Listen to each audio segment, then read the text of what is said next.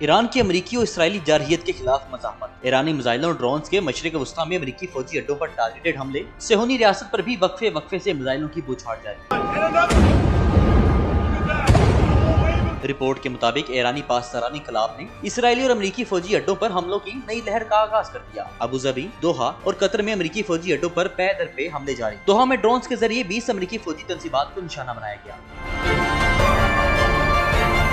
قطر نے اپنی حدود میں داخل ہونے والے 13 ایرانی میزائل ناکارہ بنانے کا دعویٰ کیا ہے۔ قطری حکام کا کہنا ہے ایک میزائل قطر کی سمندری حدود میں گر کر تباہ ہوا، جبکہ 4 ایرانی ڈرونز بھی مار گرائے۔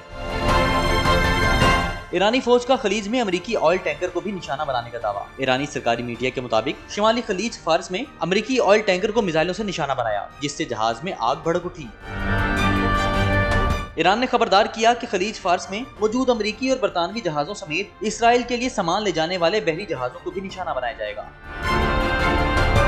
ایک رپورٹ کے مطابق ایران کے پاس 50,000 سے زائد میزائلوں کا اسٹاک موجود ہے، جس کی وجہ سے امریکی اور اسرائیلی دفاعی نظام پر دباؤ بڑھ گیا ہے۔ اگر ایران نے حملے یوں ہی جاری رکھے تو پیٹریاٹ اور ٹوماہاک انٹرسیپٹر میزائل جلد ختم ہونے کا خدشہ ہے۔